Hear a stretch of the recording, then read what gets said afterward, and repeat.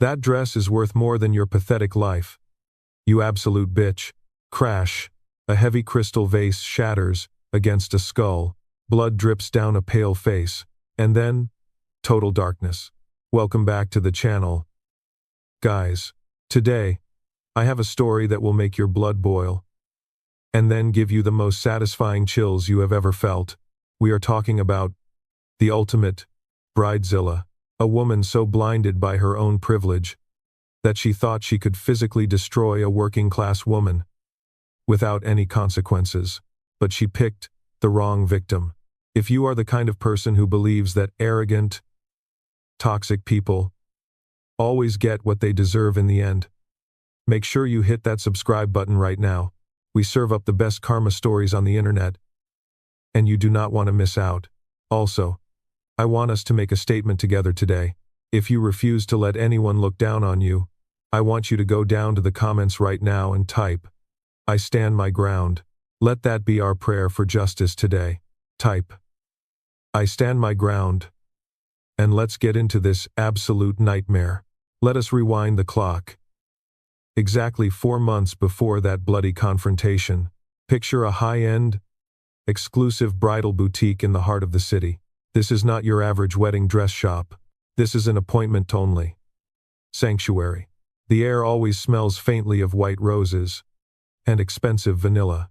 Thick velvet curtains block out the noise of the busy streets outside. Soft jazz plays in the background, creating this atmosphere of pure luxury and calm. In the back room, bathed in the warm, golden light of late afternoon, sits Maya. Maya is a quiet, deeply focused Asian woman in her late 30s.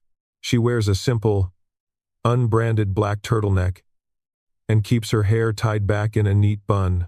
To anyone walking in, she looks like just another seamstress, a humble, invisible worker bee in a hive of luxury. But her hands tell a different story. Her fingers move with the grace and precision of a master surgeon. She is currently hunched over a piece of French Chantilly lace. She is hand-stitching tiny, iridescent pearls into a floral pattern that takes hours of agonizing, back-breaking labor. Maya does not just make dresses, she breathes life into them. Every single stitch is a testament to her dedication, her heritage, and her absolute obsession with perfection. She finds peace in the rhythm of the needle and thread, but that peace is about to be violently ripped away. The heavy glass door of the boutique swings open so hard, it hits the wall stopper with a loud smack. In walks Victoria. Victoria is the daughter of a real estate tycoon, and she makes sure everyone in a 5-mile radius knows it. She is dripping in designer labels, from her oversized sunglasses to her ridiculously high stiletto heels. She reeks of a suffocatingly sweet designer perfume that instantly overpowers the smell of the roses. Victoria does not walk into a room, she invades it. She is flanked by 3 of her equally wealthy, equally toxic bridesmaids. They are giggling and clutching iced lattes, looking around the boutique as if they are judging a peasant's mud hut. Maya steps out from the back room, wiping a stray thread from her apron. She offers a polite, professional smile. She welcomes them and asks how she can help. Victoria slowly lowers her sunglasses and looks Maya up and down. Her eyes linger on Maya's simple clothes, her bare face, and her Asian features. The disgust on Victoria's face is not even hidden. It is deliberate. It is meant to make Maya feel incredibly small. Victoria scoffs loudly. She turns to her friends and rolls her eyes. She loudly asks why a luxury brand would hire someone who looks like she just got off a boat to handle $50,000 garments. The bridesmaids erupt into nasty, synchronized laughter. The air in the boutique instantly turns freezing cold. Maya's hands tighten slightly by her sides. She feels that familiar, ugly sting of racism and classism hitting her right in the chest. But Maya takes a deep breath. She forces her facial muscles to relax. She nods politely and asks Victoria for her appointment name. She chooses professionalism over anger. She chooses silence over a screaming match. Have you ever been in that exact position? Have you ever had to bite your tongue and swallow your pride? Just to get through the workday? While some entitled monster tries to break your spirit? If you have ever survived that kind of humiliation, I want you to scroll down right now and type, I stand my ground. Do not let them silence you here. Right. I stand my ground. Because Maya's silence right now is not weakness. It is a loaded spring. Victoria marches past Maya, intentionally bumping her shoulder hard. She demands to see the exclusive custom designs. She complains that the lighting makes her look washed out. She complains that the sparkling water they offer her is not the right temperature. For the next 2 hours, the boutique turns into an absolute nightmare. Victoria pulls dozens of fragile, handcrafted gowns off the racks with no care in the world. She tosses them onto the velvet sofa like they are cheap rags. She demands impossible alterations on a whim. She wants the neckline lowered by 3 inches, then changed her mind and wants it raised by 4. She wants long sleeves, then sleeveless, then sheer sleeves. And every time Maya tries to explain the structural limitations of the delicate silk, Victoria completely shuts her down. Victoria snaps her manicured fingers right in Maya's face. She tells Maya that she does not pay people like her to think. She says she pays them to do exactly what they are told, without opening their mouths. The level of disrespect is absolutely suffocating. Maya stands there, holding a heavy roll of satin, her knuckles turning white. She can feel the blood rushing to her ears. The sheer arrogance radiating from Victoria is toxic. But Maya just nods. She takes the measurements. She pins the fabric. She silently calculates the hours of sleep she will have to lose to rip apart and rebuild this dress for the 4th time this week. Because in the high-stakes world of luxury weddings, the bride is always right, even when the bride is a complete and utter nightmare. But what Victoria does not know is that she is playing a very dangerous game. She thinks she is stepping on a helpless, desperate worker. She has absolutely no idea who she is actually dealing with. And that ignorance is going to cost her everything. For 4 agonizing months, Maya endures the absolute hell that is Victoria's fitting schedule. Every single Tuesday at 2 in the afternoon, the boutique's peaceful atmosphere is shattered by Victoria's shrill voice. She never comes alone. She always brings her pack of wealthy, idle friends who sit on the velvet sofas, sipping champagne and treating Maya like their own personal circus animal. They point and whisper loudly. They make passive-aggressive comments about how Maya's hands look too rough to be touching such expensive fabric. One afternoon, Victoria brings her mother, a woman who looks like a walking plastic surgery billboard. Her mother inspects Maya's intricate lacework with a magnifying glass, literally looking for a single flawed stitch. When she cannot find one, she simply scoffs and says that Asian labor is always so predictably robotic. Maya hears it all. She feels the burning stares. She swallows the lumps forming in her throat. Why does she stay silent? Because Maya is bound by a contract, yes. But more importantly, she is bound by her respect for her own art. The dress is her creation. It is a magnificent, flowing masterpiece of ivory silk and vintage lace that she designed from scratch. She refuses to let Victoria's toxic energy ruin the purity of her work. If you are listening to this, and you know exactly how it feels to pour your heart into your work, while ungrateful people tear you down, I need you to go to the comments. Type, I stand my ground. Let them know that our dignity is not for sale. Type, I stand my ground, because the abuse is about to reach a boiling point.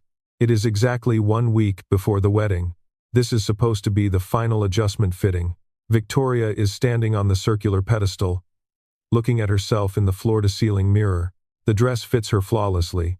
It hugs her curves perfectly and cascades down to the floor like liquid pearls.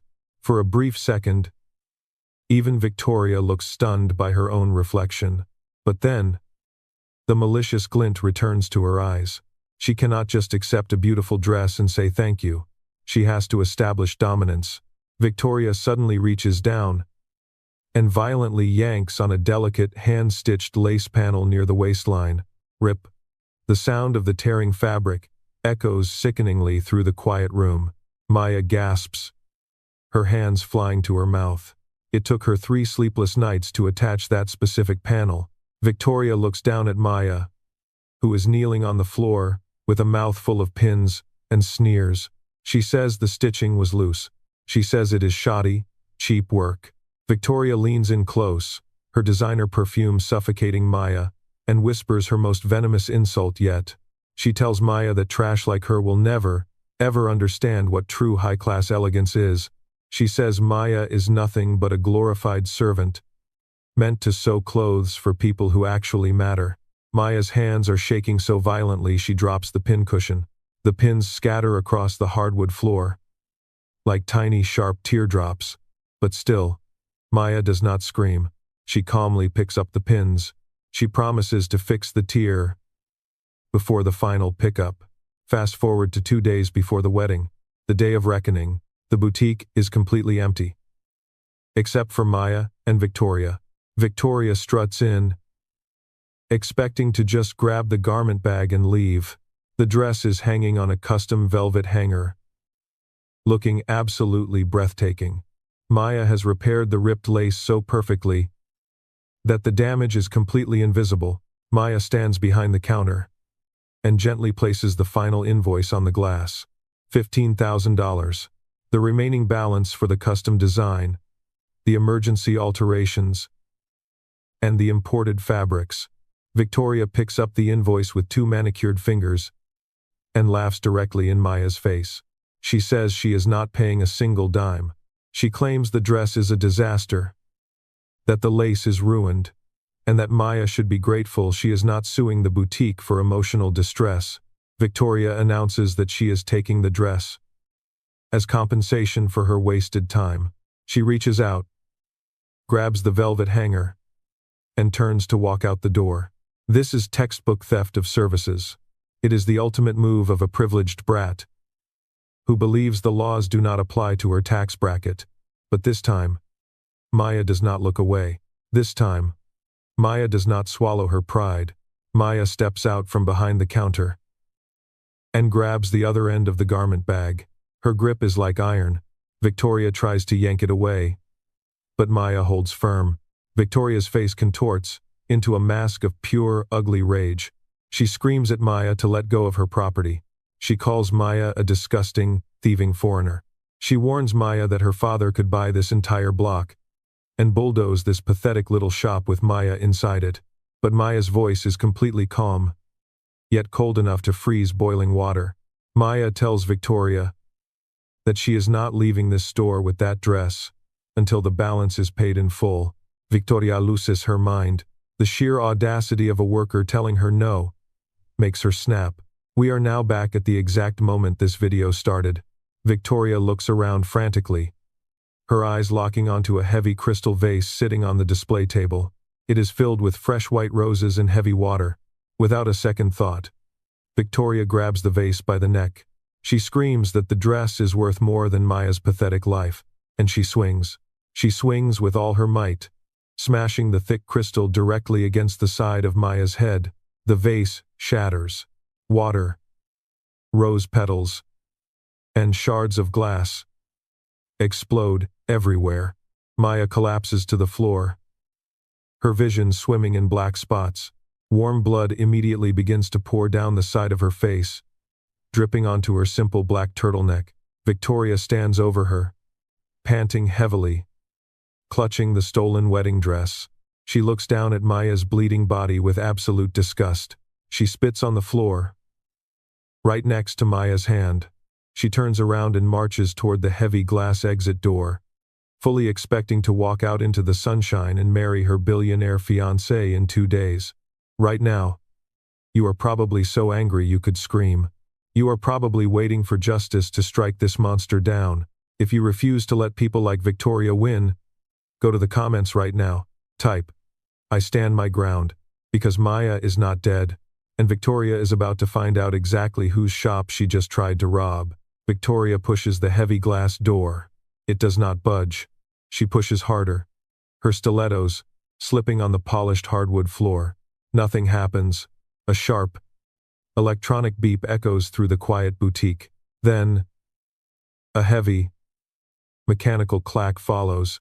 Thick steel deadbolts slide into place. At the top and bottom of the door frame, the small security light above the exit turns from green to a solid, glowing red. Victoria turns around, her face twisting in pure confusion. She looks back at the floor, where she left Maya bleeding. But Maya is not on the floor anymore. Maya is standing up. She is holding a clean white cloth to the side of her head. The cloth is rapidly turning crimson, but Maya is not crying. She is not shaking. The quiet, subservient energy she carried for the last 4 months is completely gone. Her posture is rigidly straight. Her eyes are terrifyingly calm. They are the eyes of an apex predator who has finally cornered its prey. Victoria drops the garment bag and points a trembling finger. She demands to know what Maya did to the door. She screams that she is being kidnapped and that she will have Maya deported immediately. Maya slowly walks behind the sleek marble counter. She presses her palm against a hidden biometric scanner. A hidden drawer glides open silently. Maya reaches in and pulls out a pair of heavy, gold-plated tailor shears. These are not ordinary scissors. These are the legendary tools of the trade, passed down from master to master. Maya looks directly at Victoria. When she finally speaks, her voice is not small or heavily accented like Victoria assumed it would be. Her voice is sharp, articulate, and completely commanding. Maya tells Victoria that she made a catastrophic miscalculation today. Victoria takes a step back, her back hitting the locked glass door. Maya explains that Victoria assumed she was just a nobody, a disposable worker bee, meant to quietly take abuse. But Maya reveals the truth, that Victoria was too blinded by her own arrogance to see. Maya's last name is not on a cheap plastic name tag. It is on the lease of this entire building. It is on the global trademark of this bridal empire. Maya is the founder. She is the anonymous head designer. She is the woman who Victoria's billionaire mother-in-law practically begged to get an appointment with. The color completely drains from Victoria's face. Her jaw drops, but no sound comes out. Maya steps out from behind the counter, holding the heavy gold shears. She walks over to the $15,000 custom gown lying on the floor. Victoria suddenly realizes what is about to happen. She lunges forward, screaming that she owns that dress. But Maya just looks at her with absolute disgust. She tells Victoria that a masterpiece cannot belong to a monster. And then, Maya opens the shears. Snip. The sound is agonizingly loud in the quiet room. Maya cuts straight through the delicate French Chantilly lace. Victoria drops to her knees and screams like she is being physically tortured. Snip. Maya cuts through the silk bodice, destroying hundreds of hours of painstaking hand embroidery. She cuts it again, and again, and again. She shreds the $15,000 wedding dress until it is nothing but a pile of expensive rags on the floor. Victoria is sobbing hysterically, crawling on the floor, trying to gather the pieces of her ruined, perfect day. But the nightmare is just beginning. Through the frosted glass of the boutique, red and blue lights begin to flash. The wail of police sirens fills the street. When Maya hit the biometric scanner to open the drawer, she also triggered a silent panic alarm, connected directly to the police precinct. 3 officers bust through the back entrance of the shop. They draw their weapons and order everyone to freeze. Victoria immediately points at Maya, acting like the victim. She cries hysterically, claiming the crazy Asian lady locked her in and destroyed her property. The lead officer looks at Victoria. Then he looks at Maya, who is bleeding profusely from a severe head wound. He looks at the shattered crystal vase. And finally, he looks up at the ceiling, right at the 4 high-definition security cameras, recording every single angle of the room in perfect 4K resolution. The officer pulls out his handcuffs. He grabs Victoria by her expensive blazer and slams her against the wall. The cold metal cuffs click loudly around her wrists. She has read her rights and arrested for aggravated assault with a deadly weapon and attempted grand theft. As Victoria is being dragged out the back door in cuffs, her phone rings on the floor. Maya picks it up. The caller ID says it is the billionaire fiancé. Maya answers the phone. She calmly introduces herself. She tells him exactly what his future wife just did to her. She tells him that the police are currently taking Victoria to central booking. There is a long, dead silence on the other end of the line. Then, the fiancé quietly thanks Maya for her time. He says he will be contacting his lawyers to cancel the wedding immediately. Maya hangs up the phone. But she is not done yet. She walks over to her tablet and opens the exclusive luxury vendor portal. It is a private network shared by the top caterers, florists, and venues in the city. Maya types in Victoria's full name. She hits the button labeled as the global blacklist. In an instant, Victoria is banned from every single high-end service in the state. Even if she manages to avoid prison, she will never, ever, have a luxury wedding anywhere. She is officially a social pariah. If you loved seeing this arrogant monster lose absolutely everything she cared about, I want you to go to the comments right now. Type, "I stand my ground." This is the ultimate proof that money can buy a dress, but it can never buy you class. And now, I have to ask you a serious question. Look at what just happened. A woman almost lost her life, simply because she dared to ask an entitled brat to pay her bill. If you were in that boutique, witnessing Victoria humiliate and degrade a hardworking woman for hours, what would you have done? Would you have stepped in and defended a stranger, risking the wrath of a rich family? Or would you have pulled out your phone, recorded it silently, and pretended it was not your problem? Does silence in the face of brutal racism? Tell me your honest truth in the comments below. Do not forget to subscribe for more satisfying karma stories, where the underdogs always win. See you in the next video.